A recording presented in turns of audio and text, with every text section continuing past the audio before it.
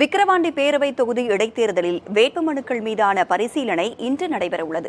தற்போதைய தமிழக அரசியலில் முக்கியத்துவம் வாய்ந்த விக்கிரவாண்டி இடைத்தேர்தலில் அதிமுக போட்டியிடாத சூழலில் அத்தொகுதி மக்களின் வாக்கு யாருக்கு?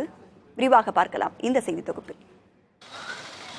விழுப்புரம் மாவட்டத்தில் உள்ள விக்கிரவாண்டி சட்டமன்ற உறுப்பினர் புகழேந்தி காலமான நிலையில் அத்தொகுதி காலியாக அறிவிக்கப்பட்டு இடைத்தேர்தல் நடத்தப்பட உள்ளது. அடுத்த மாதம் 10ஆம் தேதி வாக்குப்பதிவு நடைபெறவுள்ள நிலையில் இந்த தேர்தலை அதிமுக புறக்கணித்துள்ளது.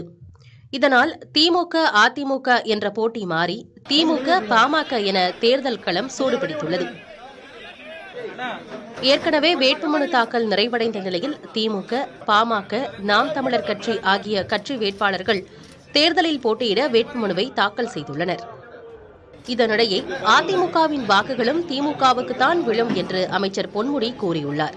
விக்கிரவாண்டி தொகுதியில் பாமக போட்டியிடுவதால் தங்கள் தரப்பு வெற்றியை பெறும் என்று அக்கட்சியின் தலைவர் அன்புமணி தெரிவித்துள்ளார். இப்படியான சூழ்நிலையில் தங்களின் நீண்ட நாள் கோரிக்கைகளை நிறைவேற்றும் கட்சிக்கே வாக்களிப்போம் என்று கூறுகின்றனர் விக்கிரவாண்டி வாசிகள். பனைக்கென தனி அமைச்சகம் வேண்டும் என்பதை பிரதான கோரிக்கையாக அந்த பகுதி பனை தொழிலாளர்கள் முன்வைக்கின்றனர். கிட்டத்தட்ட 4-5 ஒன்றியங்களில் பனை தொழில் செறிவாக நடைபெற்று இருக்குது. பனை மரங்கள் செறிவாக இருக்குது.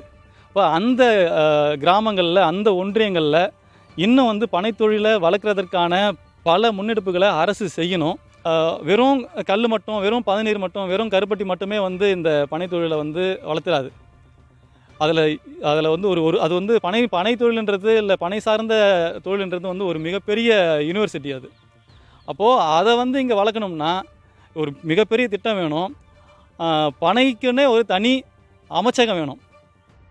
குறிப்பாக நீர் ஆதாரத்தை பெருக்க நந்தன் கால்வாய் திட்டத்தினை முழுமையாக முடிக்க வேண்டும், சங்கராபரணி ஆற்றில் தடுப்பணை கட்ட வேண்டும் உள்ளிட்டவை தொகுதி மக்களின் முக்கிய கோரிக்கையாக உள்ளது. ஏன்னா விவசாயிகளுக்கு பெரிய பிரச்சனைன்னு பார்த்தீங்கன்னா நீர் தான்.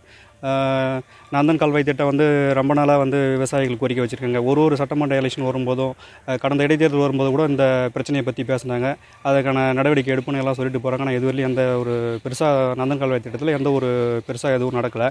நமது சங்கராபரணி ஆற்றில் தடுப்பணை கட்டணும். ஏன்னா இங்கே முக்கியமான இது நீர் பிரச்சனை. தடுப்பணை கட்டினா தான் இங்கே நல்லபடியாக ஊட்டி எடுக்கும். அதேபோல விளையாட்டு மைதானம் அமைக்க வேண்டும், உழவர் சந்தை, மலர் அங்காடி ஆகியவை அமைக்க வேண்டும் என்ற கோரிக்கையை அப்பகுதி விவசாயிகளும் இளைஞர்களும் முன்வைக்கின்றனர்.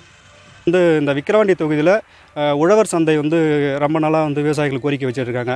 எங்கள் விவசாயிகளுக்கு, சிறு விவசாயிகளுக்கு இங்கே ஒரு உழவர் சந்தை இருந்துச்சுன்னா அவங்களுக்கு ரொம்ப பலனாக இருக்கும்.